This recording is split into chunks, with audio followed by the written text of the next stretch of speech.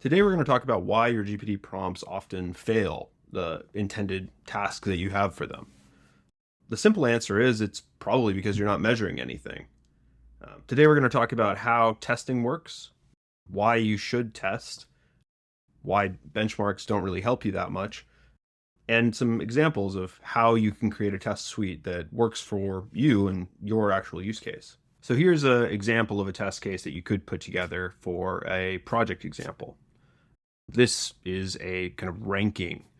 It helps visually tell across a bunch of different scenarios whether something's working or not. We'll dive into the specifics later, but you need something like this. Something that at a glance would tell you, is my prompting working? Is my embedding working? Are the methods that I'm using to use these new AI technologies actually getting better? Or am I slipping into a weird space? Most of the time what we see is testing is just done by eye. When that happens, it's often pretty slow. You'll see people poking around inside of prompts, trying to check to see if they change a parameter here or change something there, how big of a difference it makes. Oftentimes, you're also only doing it over a single variation, a single test case that you have.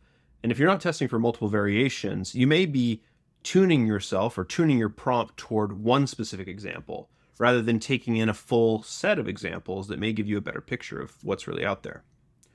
And the other challenge is, while you can use playgrounds that kind of track some of the history, a lot of times you're not actually tracking your results very well. Unless you have very meticulous notes, it can be easy to lose track of what you've tested and how things have improved.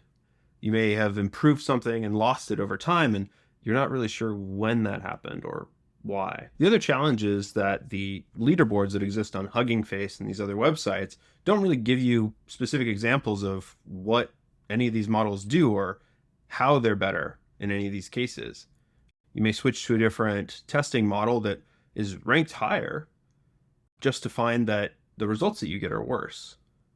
And when you start trying to dig into the research paper to try and find out more information, the research papers are often very densely packed with data science terms, difficult to understand concepts that require a lot of unpacking. Fortunately, we have great AI assistants that can help explain some of this, but still there's a challenge that while we may understand what these things are testing, those tests may not line up with what we're actually trying to do. While the benchmarks may say that some model is better than another model, the reality may be quite different. And so we need to go and test some of these things. Taking that prompt I had earlier, I can test things out. This is Vercel's sort of AI playground, and I can use it to compare and contrast two different models against each other. There's a number to select from, and when you make those requests, you can see what the output looks like. In this case, you can see that I'm getting these columns for protein, carbs, and fat that are all summed together in a single column in Minstrel. Also, the total for this table, 120, doesn't really line up with any of the data. I can test it again using a different model, and again, you can see there's some tuning of the output that seems a bit off. Maybe providing an example would help. You can begin to see that these sorts of testing tools may help you better understand what you're doing with these different models and how each model acts slightly differently. I'll take a second here to say that not all tasks are actually easy to test either. You may have some things that are quite testable. For instance, how many calories were calculated from that diet example that I had before. That's an easy, understood example, but not all tasks are actually easy to test. When you're pulling out a summary or a summarization, it may be difficult to understand which details were pulled out and what the priority was of those different details. It may be hard to quantify qualitatively what changed, what was extracted. And so I think we need to be careful when we come up with our testing scenarios to be able to validate and understand the results that we're getting. That's a big challenge and something that isn't easy to do, but that doesn't mean we shouldn't try. I've put together some of my kind of thinking around how I've started to test LLMs into just a basic library that's available for Python. And we're going to go through a little bit of that so you can better understand how you might build tests against an LLM. If you look inside of this test suite, you'll find that there's a notebook in the testing section. And in here, you can see I'm installing some dependencies. I'm setting my OpenAI key. I go through and I extract some set of data from Kaggle that was available for house prizes. In this case, we're looking at some Indian real estate that we're going to use embeddings to embed and then search through. So in here, we look through, we grab some data value that is associated with some value that we're going to be looking for.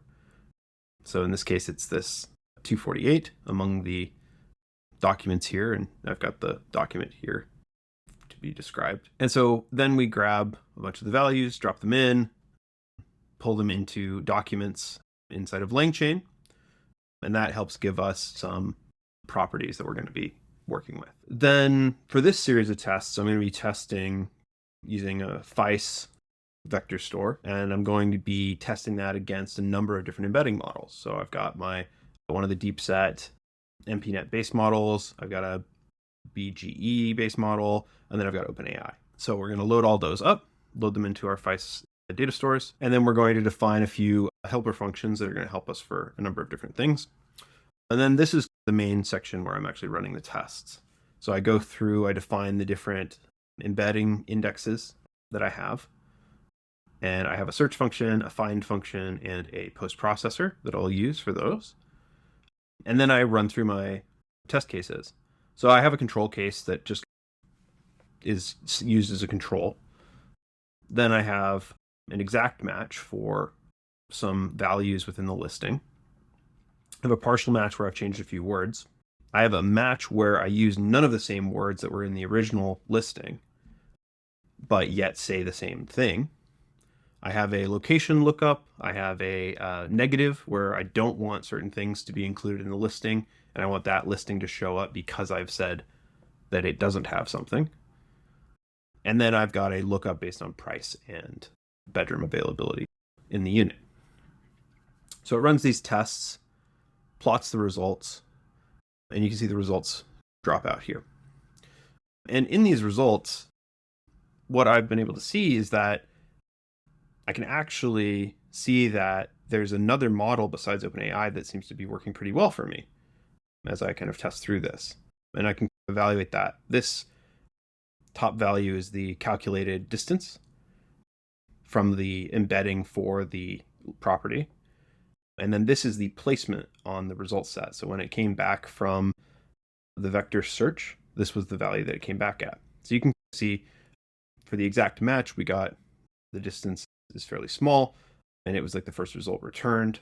For partial match, again, first result returned. For other words, when we're using sort of other language, for OpenAI, it was actually the fourth result. For location, first result across the board. And then the negative search got to be a bit more contentious, and that's where BGE started to drop off a little bit. Again, OpenAI kind of dropped too. And then finally, when we start doing a price search, that becomes really challenging because, of course, this is semantic, and it's difficult because none of the other texts really say something related to how much the price is. This gives us some kind of idea of our result set here. And then we can get a tabularization of those. So we can pull out some of the different details here. And this is important for debugging. If we kind of wondered, hey, for this sort of negative result here, why would those have come back differently? We now have an example of the listings. We have an example of what the distance was for those, what the index was in the original data set. And we can look through these and see why might this entry, the entry that we intended to find, why wasn't this one picked, and why were these others rated higher? The 0th index is for OpenAI, and then the first index here is actually for the MPNet model. And so we can look through that and be able to better understand it. But this gives us a baseline. So now were we to try a new embedding model, we could run it through these tests that we know that we need to have. We can continue to configure and add other test cases that we may want to run against the different models and embeddings that we have. This sort of like test suite is a just really powerful way for you to be able to have a better grasp on how well your solution is actually fitting the market. So I'll link to this, of course, in the show notes, and you can go take a look at that. But these sort of tools help you really tune what your solution is and be able to measure it over time. Prompts don't improve unless you're measuring them. If you're not measuring, like how your prompts are improving over time, the ways that you're using AI improves over time, you're not going to be able to understand how much better it's getting.